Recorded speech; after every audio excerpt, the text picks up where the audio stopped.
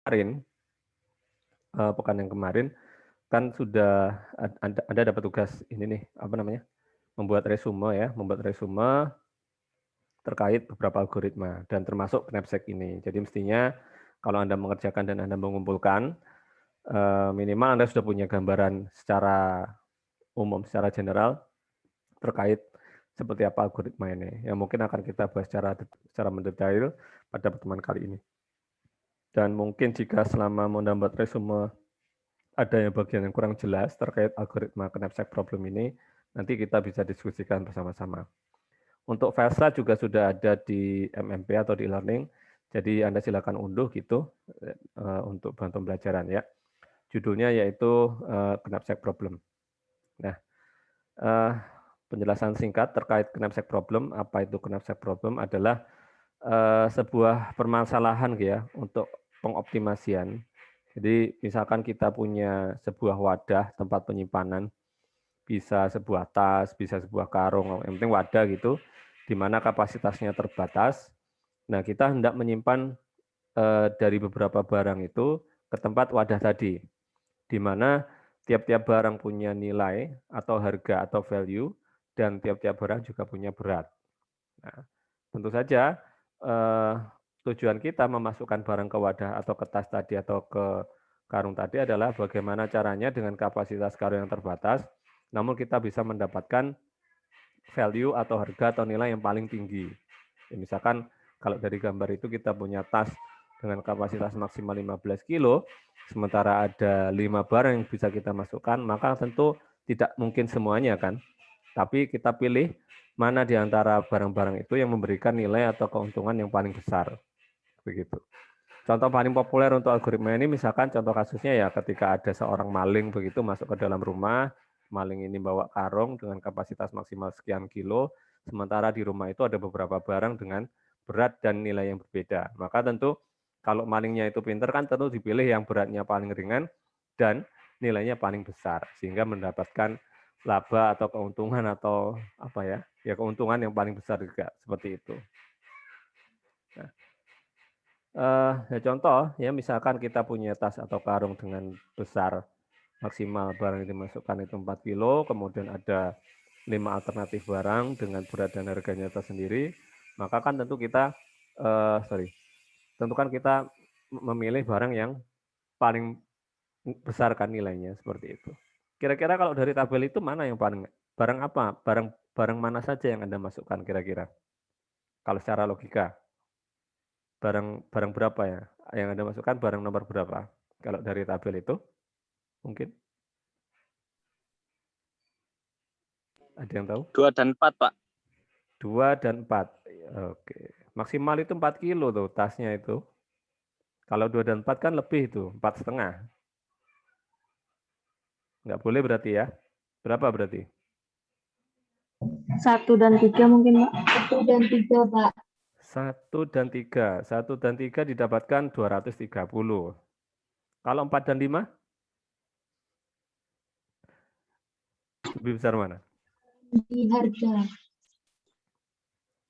Kalau 1 dan 3 itu kan total nilai atau harga yang Anda dapatkan kan 100 ditambah 130 kan. Berarti kan nilainya kan berapa? 230. Sedangkan kalau 4 dan 5 itu kan sudah kelihatan tuh barang 4 itu udah 350.000. Barang 5 yang beratnya 1,5 kan 180. Kenapa kok nggak 4 dan 5? 4 dan 5, Pak. Harganya lebih mahal, Pak. Loh iya, memang harganya yang lebih mahal yang dicari, seperti itu. Oh. Dicari yang paling murah gitu ya. Paling murah nggak usah masukkan barang apapun gitu kan. Iya. Dicari yang paling besar, artinya nilainya yang paling gede gitu ya. Bukan yang paling kecil. Yang paling kecil ya ya sudah Pak, paling kecil ya barang satu aja dimasukkan, nggak usah nambah barang yang lain gitu kan. Begitu ya. Jadi cari value atau nilai yang paling besar tapi tidak melebihi batas maksimal dari tempat penyimpanannya. Seperti itu. Ya, bisa dipahami semoga. Nah, nanti kalau misalkan kan tugas kita kan selain memahami algoritmanya kan juga kita buat kode programnya kan. Nah, kalau Anda nanti misalkan membuat kode programnya, usahakan ketika Anda membuat programnya itu memasukkan datanya itu bukan cara dengan hard code ya, hard coding ya. Jadi datanya itu langsung dimasukkan ke codingannya gitu. Barang satu sama dengan berapa kilo, harga barang satu sama dengan berapa kilo, itu langsung dimasukkan. Nah, itu bukan cara yang bagus. Kenapa? Karena kalau datanya berubah, Anda harus mengubah kode programnya. Dan itu bukan praktek yang bagus. Terus bagaimana? Ya, mestinya programnya itu dinamis ya. Dinamis, artinya mengikuti data yang dimasukkan oleh user. Misalkan barangnya ada berapa, harganya berapa, ya tergantung inputannya. Sehingga ketika user memasukkan data yang berbeda, itu tidak sampai mengubah kode program Anda. Nah, contohnya seperti di layar, misalkan kita buat variabel jumlah barang, di mana ini dinamis, bisa memasukkan tergantung dari inputan dari user begitu, misalkan jumlah barangnya berapa, misalkan 5 begitu, maka nanti dia akan looping sebanyak 5 kali, di mana nanti looping pertama masukkan data barang ke satu. Nah, kita masukkan properti dari barangnya, namanya, beratnya, harganya yang dimasukkan begitu. Kemudian barang berikutnya sampai sejumlah n barang. Nah, dengan cara seperti ini kita nggak perlu merubah kalau datanya berubah ya. Kita nggak sampai perlu merubah kode programnya. Cukup aja jalankan, kita masukkan data yang berbeda.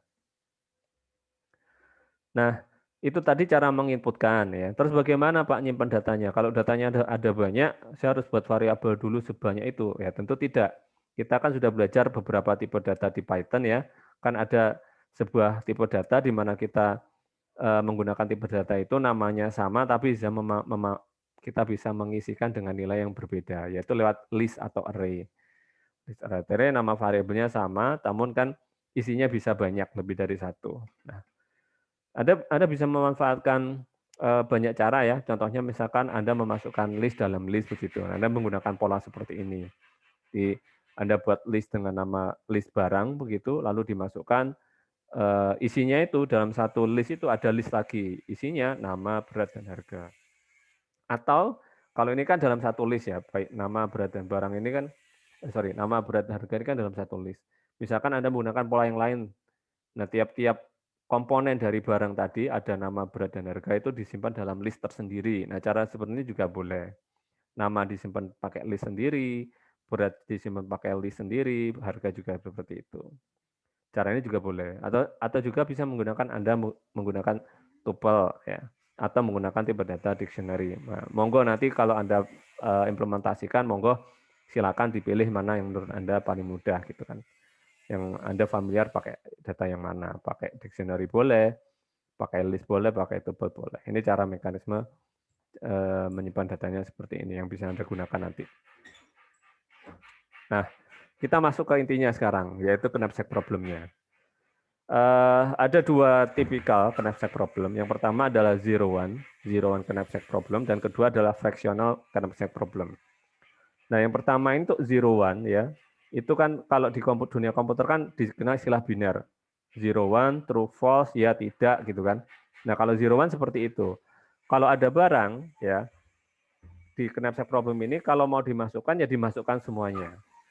Tidak boleh sebagian. Jadi masukkan semuanya atau tidak sama sekali. Nah, misalkan nih kita punya tas dengan kapasitas 2 kilo gitu kan, kapasitasnya 2 kilo. Lalu ada sebuah barang nih, ini value-nya gede, tapi dia beratnya 3 kilo. Nah, karena tas kita 2 kilo, lalu kita potong, kita ambil sebagian jadi 2 kilo, nah itu nggak boleh. Kalau barangnya 3 kilo, ya harus 3 kilo semuanya dimasukkan. Kalau enggak, ya sudah, jangan dimasukkan. Dimasukkan semuanya atau tidak sama sekali. Tidak boleh hanya mengambil perbagian saja sehingga beratnya sesuai dengan kapasitas penyimpanan. Itu nggak boleh. Nah, misalkan contohnya, kalau ada laptop gitu kan, beratnya 2 kilo, sedangkan kapasitasnya kita 1 kilo gitu, terus laptopnya kita potong, jadi 1 kilo kita masukkan tas, ya prakteknya sih bisa, tapi kan jadi laptopnya nggak bernilai kan ya. Jadi kalau mau dimasukkan, ya masukkan semuanya, kalau enggak, ya enggak semuanya. Seperti itu, tidak boleh perbagian. Ini untuk yang tipikal zero one knapsack problem. Nah, untuk solving ada beberapa cara ya. Cara pertama yang bisa kita lakukan yaitu dengan cara menggunakan brute force ya, brute force atau membabi buta gitu ya, terjemahan bebasnya ya. Apa itu brute force? Ya, semua kombinasi barang, artinya misalkan ada barangnya ada 5, yaitu semua kombinasinya itu kita coba semuanya, lalu kita ambil mana yang menghasilkan nilai paling besar atau harga paling tinggi. Kalau ada 5 ya kombinasinya barang 1 dan 2, barang 1 dan 3, 1, 4, 1, 5 coba. Lalu 2, 3, 2, 4, 2, 5 coba. Nah, semuanya coba seperti itu. Apakah boleh? Boleh. Namun tentu saja tidak efisien. Karena semakin banyak datanya, maka nanti jumlah kombinasinya juga semakin besar, maka akan memerlukan resource komputasi yang juga semakin besar. Seperti itu. Nah, itu kalau pakai brute force ya. Berikutnya, di slide nggak ada sih brute force. Nah, cara berikutnya kita bisa menggunakan pendekatan greedy. Ini bahasa Inggris ya. Apa singkatan terjemahnya apa nih greedy ini? Kalau terjemahkan bahasa Indonesia ini, ada yang tahu nggak? Rakus, tamak. Nah, betul ya. Serakah, rakus, dan tamak gitu. Nah, sama juga pendekatannya ini juga menggunakan pendekatan rakus atau tamak tadi ya. Begitu ada banyak barang, punya berat dan nilai tersendiri, kita pilih mana yang pokoknya itu value-nya paling gede gitu. Itu yang kita pilih, kita prioritaskan. Nah, orang tamak kan gitu, pokoknya mana yang paling menguntungkan itu yang diambil ya gitu. Apakah tamak jelek ya belum tentu juga kan. Kalau untuk kebaikan kan juga nggak apa-apa ya. Rakus dengan amal kebaikan kan nggak apa-apa. Nah, jadi kalau menggunakan pendekatan greedy ini, nah misalkan ada sekian barang, maka sebelum kita masukkan ke karung kita atau tas kita hitung dulu value-nya, nilainya. Ya. Nah, value, bagaimana cara menghitung value? Yaitu dengan membandingkan harga dibanding dengan berat. Begitu, harga dibagi berat. Di mana kalau harganya harga ini berbanding lurus dengan value, berat ini berbanding terbalik. Kalau sebuah barang harganya semakin tinggi, maka value-nya juga semakin tinggi. Dan sebaliknya, jika ada sebuah barang beratnya semakin tinggi, maka value-nya akan semakin turun. Kan kalau beratnya semakin tinggi kan ngebek-ngebeki ya, membuat penuh aja gitu kan, yang seharusnya bisa dimasuki barang lain akhirnya jadi nggak bisa gitu, sehingga berbanding terbalik dengan value. Jika ada sebuah barang dengan berat semakin tinggi, value-nya semakin turun. Nah ini kita bagi aja nilainya, harga dibagi berat. Nah di sini kita dapatkan value tiap-tiap barang. Misalkan barang satu dengan berat 3 kilo, harganya 100.000, value-nya ya 33.000. Dapatkan dari mana? 100 dibagi 3. Ini kemudian 250 bagi 2, kita dapatkan per kilonya, ini value per kilo ya, per kilonya itu adalah 125.000, dan seterusnya. Nah, begitu sudah kita dapatkan value-nya, nah dari sini kan sudah kelihatan nih, mana value-nya paling tinggi, ya, yaitu yang 140.000 ini kan. Maka barang inilah yang kita prioritaskan untuk dimasukkan pertama kali ke tas kita. Nah ini artinya barang 4 masuk dengan berat 2,5 kilo masuk, gitu masuk, gitu kan. Lalu sisa berapa? Tasnya tadi kapasitasnya berapa? Lupa ya saya. Tadi lupa. Kapasitasnya berapa tasnya? 4 kilo, Pak. 4 kilo. Oke, masih ada nih sisa 1,5 kilo.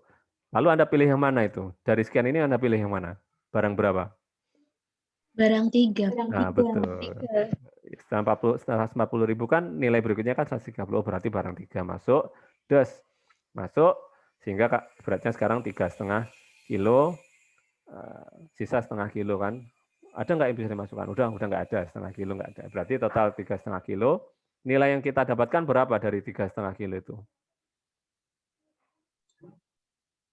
Berapa total nilai? 270. Kok 270? 480. Ini kan, ya tadi kan 2,5 kilo masuk, 350 ditambah 130 jadinya 480.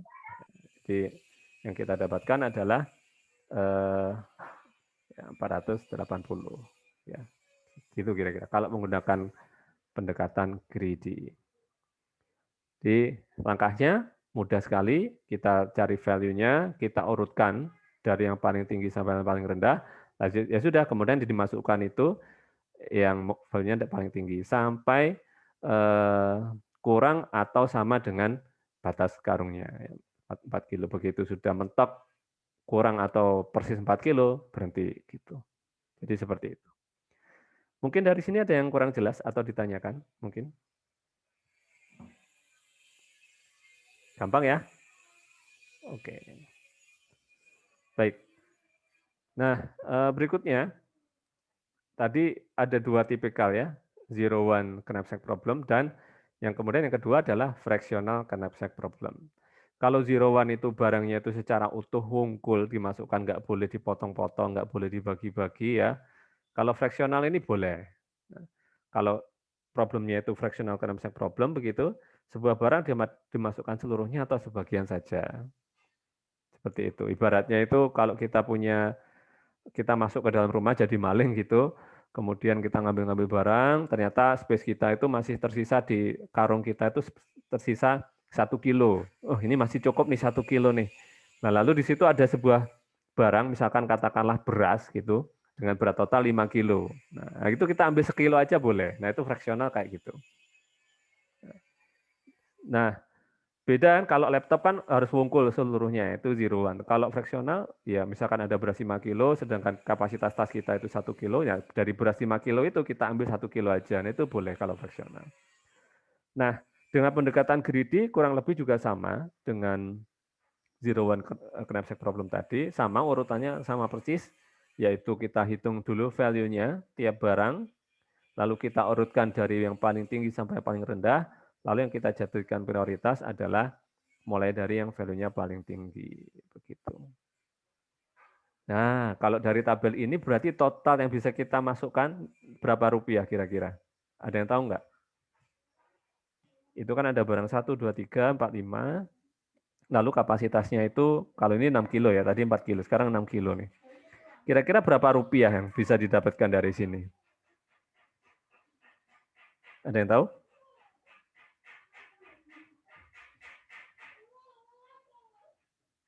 Coba dihitung, Pak. Berapa rupiah? 580 bisa, Pak. 580. Dari mana 580? Dari barang 2, barang 4, barang 5. 2, 250 ya. 2 kilo. Kemudian 4 kilo. 250 tambah 150 berapa? 400. 400. Terus barang? 580, barang kelima lagi. Barang kelima. Barang kelima. Tambah berapa? Persis 6 kilo ya? Persis, Pak. Oke. Ada yang punya jawaban lain mungkin?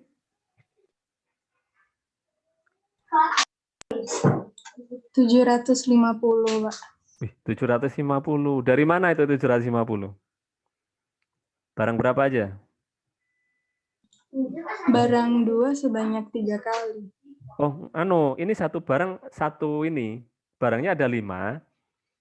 Jadi ya barang satu ini itemnya cuma satu barang. Maksud saya begitu. Nggak ada barang 2 ini jumlahnya lebih dari 1 nggak. Jadi kalau ada barang 2, ya sudah barangnya cuma 1 itu tok.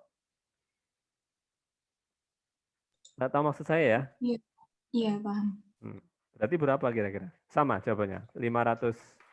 605.000, Pak. 5, Pak. Berapa? 605. 605 dari barang mana saja itu 605? Barang nomor 2, Oke. 3. 3. Oke. Iya, Pak. 3, 5, dan separuh dari barang nomor 4. 2, 3, 5, separuh barang nomor 4. 2 ya, 250. 3, 350. Terus berapa? 5. 5, berapa? 580. 500. Terus separuh dari barang 4. Iya, Pak. Separuh dari barang 4, berarti tambah 75. Iya, Pak. Dari tambah 75, oke. Ada punya jawaban lagi lainnya? Nah, ini kan optimasi ya. Nah, gitu. Nah, ini kalau dari slide-nya seperti ini ya. Jadi kalau saya nggak tahu tadi angkanya 600 berapa? 2, 3, 5, separuh barang 4. Separuh barang 4 ya tadi ya? Iya, Pak. 595 ya. Di barang 2, 250. 3 itu 100, lalu tambah barang 5 180, tambah separuh barang 4, ya, total 595. Benar nggak nih 595 dijumlahkan? Benar ya? Benar ya. Seperti itu ya. Fraksional barangnya itu boleh dipotong-potong ya, nggak harus utuh. Kalau fraksional seperti itu. Terus mana yang pakai Pak? Ya tergantung studi kasusnya. Apakah membolehkan barangnya dipotong atau tidak. Jika barangnya tidak boleh dipotong, maka ya yang 01 tadi. Kalau barangnya itu boleh diambil sebagian saja, per part, per bagian dipotong jadi berapa kilo itu, kita bisa menggunakan yang fraksional. Seperti itu. Mungkin ada yang kurang jelas dari sini mungkin sebelum dilanjutkan.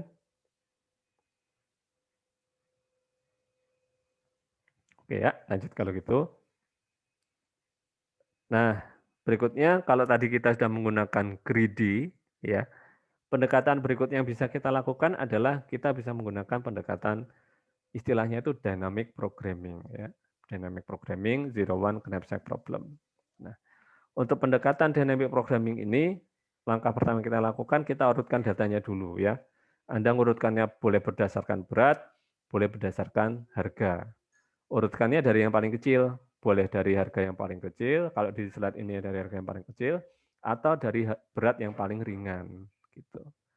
Nah, sebelum kita lanjutkan, nah mungkin kita simulasikan secara manual pakai Excel ya.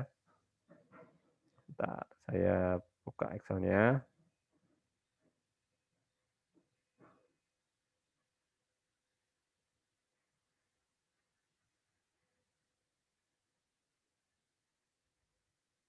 Oke. Saya share Excel udah tampak di layar?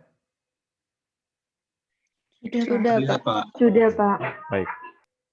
Nah, ini tadi datanya ya. Saya ambil dari slide sama persis, ada 5 barang. Barang 1 3 kilo, barang 5 2 kilo, dan seterusnya. Lalu beratnya juga seperti itu, nilainya juga sama dari slide. Nah, untuk menggunakan dynamic programming, untuk knapsack 01 knapsack problem, kita menggunakan rumus ini nantinya. Nah, namun sebelum kita implementasikan, kita coba secara manual, kita hitung manually ya. Nanti Anda bisa melihat polanya, lalu bisa mengerti atau paham dari mana kok bisa keluar rumus ini, gitu ya. Nah, di sini tadi tasnya kapasitas 6 kilo, jadi kita catat aja maksimum dari kapasitasnya yaitu 6 kilo. Lalu langkah pertama kita buat tabel, ya matriks begitu, di mana jumlah kolomnya itu ini kolom, ya kolom 0 sampai 6 ini menunjukkan kapasitas dari tasnya. Berarti nanti kolom yang 0 ini itu berarti kapasitas tasnya itu 0 maksimal. Artinya nggak boleh ada barang satupun masuk. Ketika membahas sampai kolom 1 ini, berarti kapasitas maksimum tasnya saat yang bisa dimasukkan 1. Artinya 1 kilo saja. Ini kan satuannya kilo ya, 1 kilo saja. 2 kilo dan seterusnya. Itu kolom ya. Kolom seperti itu, kapasitas per kilo dari tasnya yang bisa dimasukkan. Kemudian baris di sini atau row dalam bahasa Inggrisnya itu menunjukkan ini diurutkan berdasarkan berat ya. Tadi kan ada 5 barang, beratnya 1, 2, 2, 2, 3 ya, diurutkan berdasarkan berat. Ini menunjukkan barang pertama itu beratnya 1. Ini sudah riset ya. Ini sekarang nama-nama barang ini nggak berlaku. Jadi barang ke-1 atau baris 1 yaitu adalah beratnya 1, nilainya Rp100.000, barang kedua itu atau baris 2 itu datanya yang dimasukkan adalah beratnya 2 kilo, nilainya 180, baris ketiga 2 kilo 180, 250, beratnya 2, nilainya 250, beratnya 3 kilo, beratnya 100, nilainya 100. Nah, sehingga maksudnya kalau saya masukkan ke sini, ya ini kan 0 semua otomatis, karena di sini kolom ini menunjukkan kapasitas maksimum dari tas, berarti kalau kolomnya 0, berarti tidak boleh ada satupun barang yang masuk, sehingga value-nya 0 semua. Begitu. Nah, ketika di sini kapasitasnya saya naikkan jadi 1, sedangkan di sini untuk baris ini menunjukkan ada barang 1, hanya barang 1 saja yang boleh dimasukkan, maka value yang saya dapat adalah 100. Begitu. Ini yang dimasukkan di sini adalah value-nya. Kapasitas 1 kilo, dan barang yang dimasukkan itu hanya barang dengan berat 1 kilo saja. maka otomatis di sini 100 semua. Seberapa besar pun kapasitasnya, karena hanya ada satu barang yang dimasukkan, yaitu barang dengan 1 kilo dan nilainya 100, maka di sini nilainya 100 semua. Begitu. Nah, di sini kita tulisnya semakin tinggi kapasitasnya, namun karena kita masih berada pada baris ini, row 1, di mana row 1 itu adalah baru barang dengan berat 1 dan nilainya 100, maka value yang didapatkan adalah 100 semua. Nah, kita masuk ke baris kedua. Sekarang kita sudah mempertimbangkan untuk memasukkan barang kedua, di mana ini beratnya 2 kilo dan value-nya 150. Nah, ketika kapasitas maksimal tasnya itu 1, otomatis barang ini kan belum bisa kita masukkan. Barang beratnya 2 kilo ini kan belum bisa kita masukkan. Berarti yang baru bisa dimasukkan adalah barang 1 tadi dengan berat 1 kilo, 1 kilo nilainya 100. Nah, baru di sini ketika kapasitasnya dinaikkan jadi 2 kilo, nah, di sini kita bisa memasukkan opsinya sekarang mau masukkan barang 1 atau barang 2. Nah, yang kita pilihkan yang value-nya paling besar ya. Yang mana berarti? Barang keberapa? Berarti di sini nilainya berapa yang saya masukkan? 150 gitu. Ya. Karena barang 2 ya. Barang 2 ini beratnya 150. Beratnya 2, nilainya 150. Nah, lalu di sini ketika kapasitasnya saya naikkan jadi 3, di sini value-nya berapa ini yang bisa saya masukkan berapa?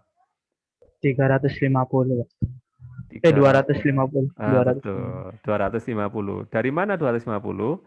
Barang 1 sama barang 2. Yes, betul sekali. Barang 1 dan barang 2 dijumlahkan value-nya jadinya 250.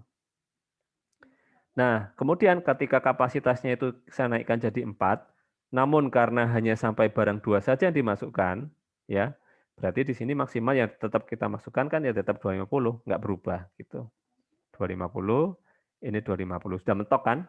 Karena kan ini dijumlahkan 250, begitu. Sampai kapasitasnya dinaikkan jadi 6. Nah, lalu kita masuk ke baris berikutnya, yaitu memasukkan barang 3, di mana beratnya itu 2 kilo, lalu harganya 180. Nah, ketika kapasitas tasnya itu 1 kilo, nah kita nggak punya banyak opsi ya. Kalau kapasitasnya 1 kilo, ya otomatis hanya barang 1 saja yang bisa dimasukkan, sehingga kita hanya punya nilai Rp100.000. Nah, kemudian ketika kapasitasnya saya naikkan jadi 2 kilo, berapakah angka yang saya masukkan di sini berarti? Berapa kira-kira? 180. Betul. 180. 180. Kenapa kok nggak yang 150? Karena kan 180 lebih besar dari 150 kan? Walaupun ini sama-sama 2 kilo, sedangkan di sini sudah kapasitasnya 2 kilo, kan alternatifnya ada 2 barang kan yang 2 kilo tadi. Yang kita pilih tentu saja yang value-nya paling tinggi, yaitu 180. Begitu. Nah, kita naikkan lagi nih 3 kilo sekarang. Kalau 3 kilo berarti berapa di sini?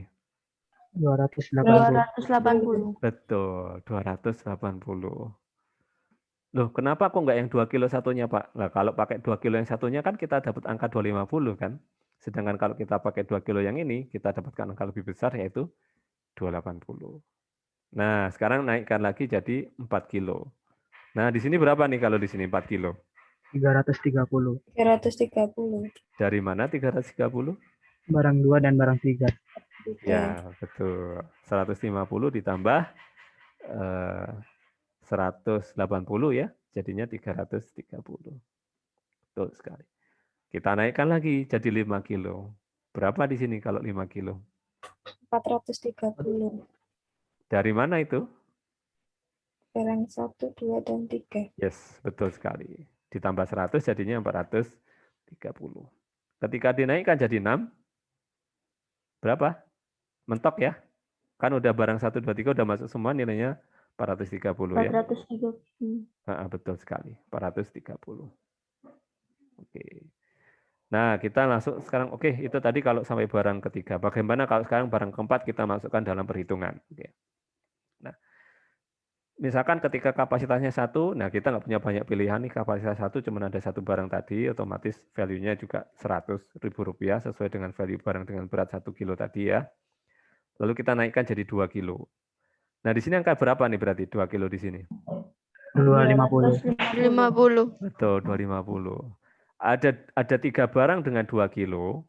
Nah, tentu saja karena di sini sudah dimasukkan dalam perhitungan, barang yang keempat, walaupun dia 2 kilo, tapi kan value-nya lebih tinggi daripada barang-barang yang lain, otomatis itu yang kita masukkan. Di sini berapa berarti? 350. 350 dari 250 ditambah 100. 100. 350 ya. Yang ini? 430. 430 dari mana? Dari barang 3 dan 4. Yes, ya 430. 5 kilo, barang berapa ini berarti? Barang 134. 134, jadi totalnya? 530, Pak. Ya, 530. Barang ketika naikkan jadi 6, jadinya? Barang berapa yang dimasukkan? 234, Pak. Totalnya? 580. Nah, 580. Gitu ya. Sudah mulai kelihatan ya polanya? Semoga sampai sini sudah mulai kelihatan polanya. Kenapa angkanya bisa naik-naik terus. Nah, sekarang kita masuk ke baris kelima. Nah, baris kelima, barang kelima ya. Barang kelima ini sedikit unik. Beratnya itu paling berat, tapi value-nya ini juga termasuk kecil. Bagaimana ketika barang kelima ini yang beratnya 3 kilo, coba kita simulasikan ke tabel ini. Nah, kita simulasikan sekarang. Ketika beratnya 1, nah sekali lagi nggak punya banyak pilihan, cukup 100. Ya. Ketika beratnya 2, berarti angka berapa di sini masukkan? Ini barang 250. Nah, betul. 250 ya, 250. Nah, ketika beratnya 3, ini kan sudah boleh masuk ke tas kan ini? Kan kapasitasnya sudah 3 kilo nih. Artinya barang ini sudah boleh masuk kan ke tas kita. Nah, di sini kita masukkan angka berapa berarti? 350. Nah, 350. Kenapa? Kalau barang ini kita masukkan ke tas, sedangkan kapasitasnya tasnya kan sudah maksimal 3 kilo nih. Barang ini sudah boleh masuk kan, barang 3 ini. Namun, value-nya kan 100. Value-nya kan 100 kalau dimasukkan. Value yang kita dapat hanya 100. Dibandingkan dengan sebelumnya, sama-sama 3 kilo kapasitasnya, tapi kita bisa dapatkan angka yang lebih besar kan? Nah, tentu saja yang kita pilih di sini mana yang lebih besar, yaitu mana nih lebih besar antara 350 dan 100? Ya tentu saja 35, 350, begitu. Nah, ketika dinaikkan lagi kapasitasnya jadi 4, artinya kan 3 ini kan boleh kita tambahkan dengan barang yang lain kan? Berarti di sini berapa nih kira-kira yang bisa kita masukkan? 430, Pak. Tetap betul sekali 430. Begitu. Dari mana? Kalau ini misalkan 3 ini kita masukkan, dia kan hanya bisa ditambahkan dengan barang 1 kan? 4 kilo. Kalau 3 ditambah 1 kan otomatis beratnya kan nilai yang kita dapatkan hanya 200. Padahal kita tadi udah dapat nih. Untuk barang 4 kilo itu kita udah dapat nilai 430. Ya ngapain saya pilih yang 200? Otomatis saya pilih yang 430. Begitu. Yang ini gimana nih berarti? 530. 30. Iya, betul 530. Tahu ya dari mana ya? Yang ini 580. 580, betul. 580. Nah, nanti kalau menggunakan tabel ini, nilai yang paling besar itu yang berada pada pojok kanan bawah, nilai akhir yang kita dapatkan. Sehingga andai kata ada 5 barang dengan berat dan nilai tersendiri, maka nilai maksimal atau value yang maksimal yang kita bisa dapatkan letaknya itu pada pojok kanan bawah, yaitu 580. Seperti ini. Nah, dari sini mungkin ada pertanyaan, mungkin sebelum dilanjutkan. Bisa difahami ya angka-angka itu dari mana ya. Nah, semoga polanya sudah terlihat. Nah, pola-pola tadi itu, pola penghitungan kita tadi itu yang secara manual tadi, kalau kita turunkan jadi rumus, itu jadinya kayak gini dia. V row call ini maksudnya value pada baris dan kolom tertentu, itu sama dengan manakah yang lebih besar antara, bentar ya. Nah, sini V ini baris, ini kolom, nilai pada baris dan kolom tertentu itu dihitung dengan cara manakah yang paling besar antara V row min 1 atau V row min 1 kolom gitu, atau V row 1 kolom dikurangi berat saat itu dan ditambah harga saat itu. Dipilih dari dua ini mana nilainya yang paling besar yang kita pilih nanti. Kita praktekkan sekarang, biar Anda nggak bingung ya. Kita praktekkan sekarang dengan menggunakan data yang ada di sini. Bukan, maksudnya untuk membuktikan bahwa rumus ini sesuai dengan simulasi yang barusan kita lakukan, ya. Misalkan Anda pilih nih, misalkan benar nggak sih rumus ini, jangan-jangan salah gitu kan. Anda pilih sampel aja, misalkan angka ini ya, misalkan ini, saya pilih ya. Ini angka 350 ini berada pada row 4, kolom 3 ya. Row 4, kolom 3. Benar nggak sih rumus itu kalau row 4, kolom 3 itu nilainya 350? Baik. Row 4, kolom 3. Gitu kan. Nah, kita praktekkan sekarang. Row 4, kolom 3. Mestinya kalau rumus ini benar, dengan menghitungan manual kita itu mestinya dia menghasilkan nilai 350. Nah, yaitu gimana nih? Max, yaitu manakah yang paling besar antara V, row min 1, row-nya kan tadi 4, min 1 berarti 3, begitu. Koma kolomnya kan 3 begitu. Atau V, row min 1, tadi row-nya 4 kurangi 1 jadi 3, koma. Nah, kolomnya adalah kolom dikurangi current weight. Kolomnya 3, ya. Kolomnya kan kolom 3 nih. Kolom 3 dikurangi current weight. Berat saat itu adalah 2. Gitu kan. Jadi kolomnya kan 3 nih. 3 dikurangi current weight. Current weight-nya ini 2. 3 kurangi 2 berapa? 3 kurangi 2, 1 ya. 1. Nah, gitu. Plus current price. Current price-nya yaitu 250. 250 gitu. Lalu berarti di sini max, manakah yang lebih besar antara V3 nilai pada baris 3 kolom 3. Baris 3 kolom 3. Baris 3 kolom 3. Ini berapa nih? 280. Atau baris 3 kolom 1. Baris 3 kolom 1, 100 ditambah 250. Gitu. Manakah yang paling besar? Apakah 280 atau berapa nih 100 tambah 250? 350 kan? Nah, ini kan manakah paling besar 280 atau 350? Ya otomatis outputnya adalah 350. Seperti itu. Nah, jadinya 350 seperti itu. Nah, lalu kita coba bagaimana kalau data yang lain? Misalkan begitu kan?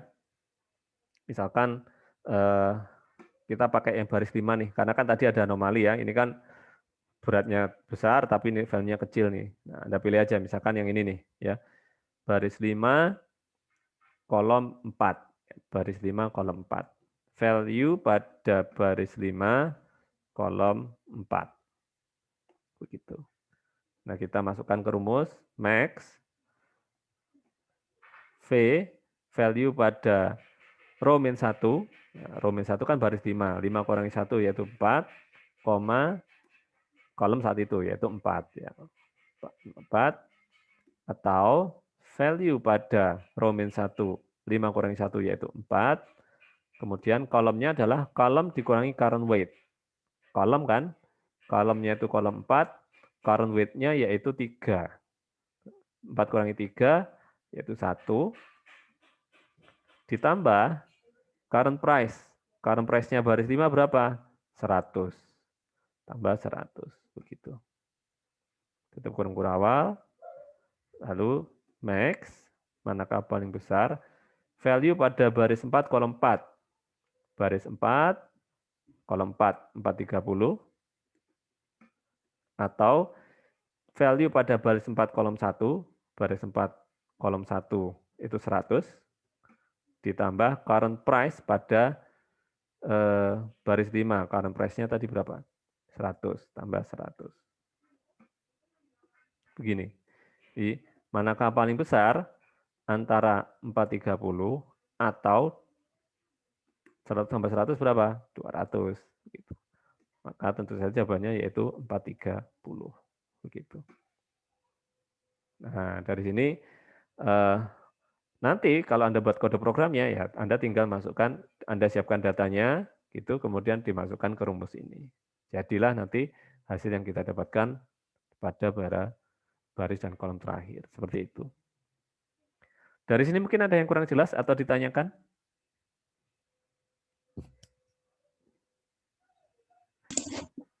Berarti Pak, ini menggunakan penyelesaian dengan dynamic program ini. Iya, ini kita praktekkan dynamic programming. Pertama tadi secara manual ya, biar Anda tahu polanya, pendekatan polanya tadi seperti apa. Nah, nanti dari pola itu kalau mau diturunkan itu jadinya rumus ini. Nah, ini rumus ini yang akan Anda gunakan nantinya di dynamic programming, Anda menggunakan rumus ini. Seperti itu. Cara seperti ini dinamakan pendekatan dynamic programming. Seperti itu. Mungkin begitu jawaban dari saya mungkin. Ada yang lainnya lagi mungkin? Ada yang kurang jelas lainnya?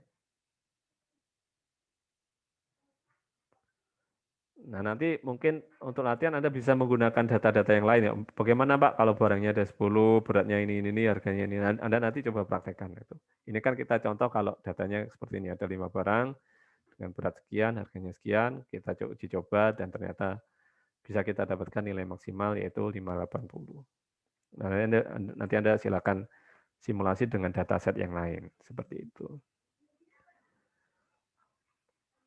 Ada yang kurang jelas mungkin dari angka-angka ini? Semoga nggak ada masalah ya. Karena nanti kalau kenapa tadi kita coba cara manual dulu, kalau kita langsung masuk ke rumusnya gitu, nah pasti bingung ini, pasti bingung. Nah jadi kita coba cara manual, lalu kita implementasikan rumusnya. Jadi aslinya sih rumus ini saja langsung itu nggak masalah gitu. Cuman kan pasti kan nggak jelas ya, pasti bingung ya. Kok bisa begini? Nah, mending cara manual dulu, lalu diturunkan jadi rumus, kita coba rumusnya dan ternyata sudah benar yang apa kita lakukan tadi.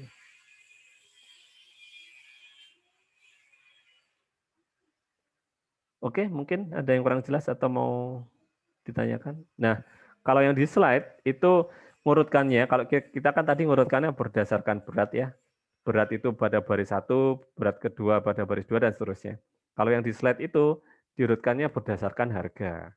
Yang diletakkan pada baris pertama itu yang harganya paling kecil atau value-nya paling kecil gitu. Ini kan sama-sama 100.000 nih. Tapi dipilih yang value-nya paling kecil, diletakkan pada urutan pertama gitu. Jadi berdasarkan harga, kemudian ketika ada harga yang sama diurutkan berdasarkan value. Kalau kita tadi di Excel yang barusan kita lakukan, diurutkan berdasarkan berat, ya jika ada berat yang sama berdasarkan harga, seperti itu. Apakah hasilnya berubah? Enggak, hasilnya tetap sama. Walaupun mungkin nanti ketika diimplementasikan ke tabel, ada sedikit urutan yang berbeda ya. Ini tadi sudah kita lakukan ya, ini sudah kita lakukan. Nah kalau mendekat urutannya seperti ini, berdasarkan value dan harga, jadinya nanti urutan tabelnya sedikit berbeda. Tapi walaupun berbeda, nanti nilai akhir yang kita dapatkan tetap sama. Pada kanan bawah ini tetap sama, yaitu 580. Jadi nggak masalah. Cuman nanti urutan-urutannya sini berbeda ya, urutan-urutannya sedikit berbeda dengan apa kita lakukan. Karena yang diletakkan pada barang 1, 2, 3, dan 4 ini urutannya berbeda tadi. Namun hasil akhir tetap sama, yaitu 580 yang kita dapatkan. Seperti itu mungkin. Nah, lalu, ini tadi dapat dari mana nih? Ya, kita bisa menggunakan rumus yang tadi ya. Rumusnya tetap sama, walaupun urutannya berbeda, rumusnya tetap sama ya, rumusnya tetap sama. Dan nanti ketika Anda implementasikan ke kode program Anda, ya cukup seperti ini. Jadi kita implementasikan rumusnya, kita masukkan ke variabel, dihitung, ya ketemu tetap angka yang sama. Seperti itu. Mungkin itu. Ada yang kurang jelas mungkin dari penjelasan tadi? Saya sarankan setelah ini, agar Anda semakin paham ya. Kalau biasanya seperti ini kemudian nggak Anda coba, itu besok udah lupa. Jangan besok, nanti sore paling udah lupa. Gitu ya. Jadi setelah ini mungkin Anda coba dengan dataset lain, Anda buat berapa barang, kemudian beratnya macam-macam, lalu Anda simulasikan. Dengan cara seperti itu akan lebih mudah paham ya. Kalau daripada Anda mendengarkan saja pasif, gini nggak nyoba, itu saya pikir dalam hitungan hari sudah lupa semua itu. Tapi kalau Anda coba dengan dataset Anda sendiri, maka insya Allah lebih nancep istilahnya begitu. Ilmunya itu lebih nancep. Mungkin itu slide-nya udah selesai ya. Jadi sebelum diakhiri mungkin ada yang kurang jelas dari penjelasan-penjelasan tadi mungkin? Nggak ada? Dari 57 orang, dari 56 orang ini udah jelas semua ya berarti ya? Ya nggak apa-apa sih kalau udah jelas. Baik, jika tidak pertanyaan, saya akhiri perkuliahan kita. Pesan saya mungkin sekali lagi, agar Anda semakin paham dan ilmu ini bertahan lama dalam kepala Anda itu, Anda coba sendiri begitu dengan dataset yang berbeda, dataset Anda sendiri, usahakan mungkin lebih bervariasi gitu, baik berat, nilai atau harganya, lalu Anda praktekkan cara-cara tadi, entah pakai greedy, entah pakai dynamic programming, Anda implementasikan rumusnya, Anda cek ya, Anda bandingkan baik cara menggunakan rumus maupun menggunakan penghitungan manual. Nah, dengan cara seperti itu insya Allah akan lebih mudah atau lebih tahan lama ya di kepala kita, itu nggak mudah lupa dan lebih cepat paham. Kira-kira itu saja dari saya. Terima kasih atas perhatiannya. Kita jumpa lagi di lain kesempatan insya Allah. Assalamualaikum warahmatullahi wabarakatuh. Waalaikumsalam warahmatullahi wabarakatuh. Terima kasih, Pak. Terima kasih, Pak.